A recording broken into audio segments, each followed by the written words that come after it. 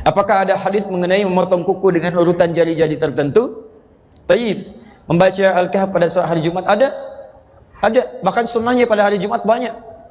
Ada sunnah membersihkan diri. Untuk laki-laki misalnya tipiskan kumis, cukur kumis, rapikan jenggotnya, kemudian mandi, ya seperti halnya mandi janabah. Setelah itu dia potong kukunya, terus memperbanyak baca surah Al-Kahf, memperbanyak salawat pada Nabi sallallahu alaihi wasallam. Sunnah hari Jumat. Dan di antara sunnah itu berlaku untuk perempuan juga. Sama muslimin wal muslimat, innal muslimina wal muslimat. Berlaku perempuan, berlaku untuk laki-laki. Ada yang sama, apa di antaranya? Potong kuku, bagian dari yang sama. Baca Al-Kahf, bagian dari yang sama. Jelas ya? Ya, apa sunnahnya? Mulai dengan yang kanan. Jadi mulai dengan yang kanan, potong yang kanan. Setelah yang kanan selesai, pindah ke kirinya. Ya, dari tangan kemudian pindah ke kaki. Ya, kepala, pundak, lutut, kaki. Yang dimaksud membaca surat Al-Kahf, membaca itu punya dua makna di bahasa Arab. Satu sekedar baca, kedua dipahami.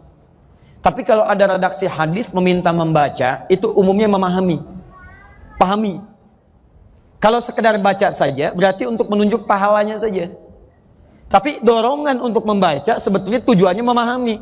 Ibu kan baca sesuatu supaya bisa paham isinya kan?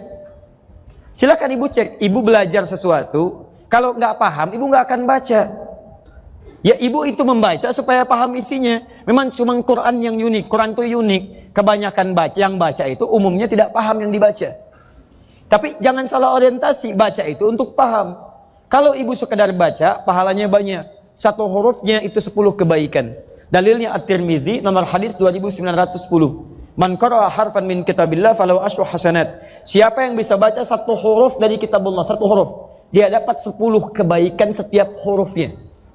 Dan hampir tidak ada orang Islam baca Quran cuma satu huruf. Gak ada.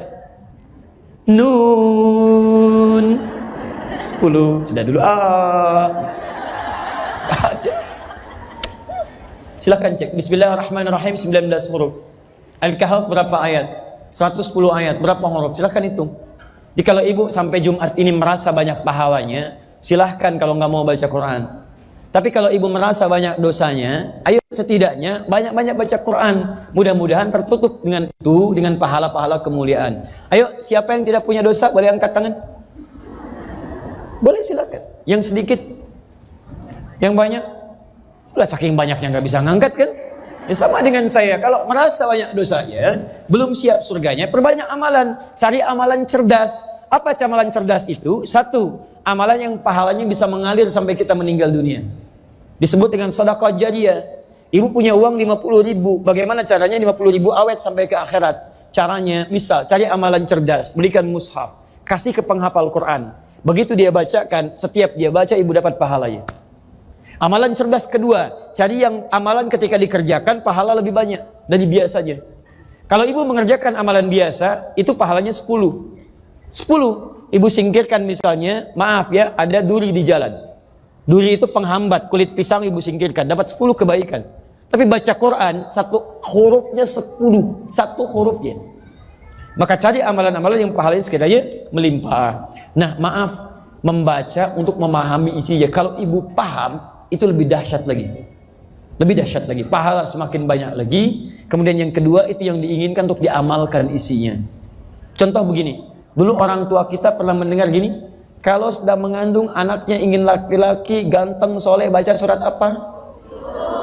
Kalau ingin cantik, soleha, baca surat apa? Silakan baca, sampai kiamat kurang 2 hari, gak akan kejadian.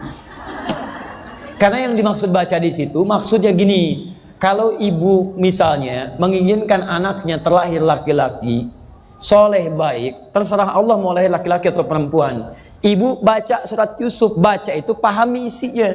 Karena di surat itu ada kisah lengkap bagaimana orang tua mendidik anaknya sampai dewasa.